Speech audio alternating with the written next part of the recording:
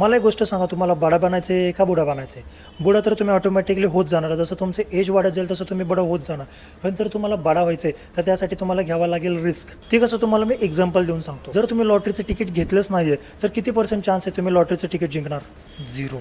मला सांगा, जर तुम्ही रिस्क घेतलीच नाही तर किती % चान्स आहे तुम्ही श्रीमंत होसाल? 0.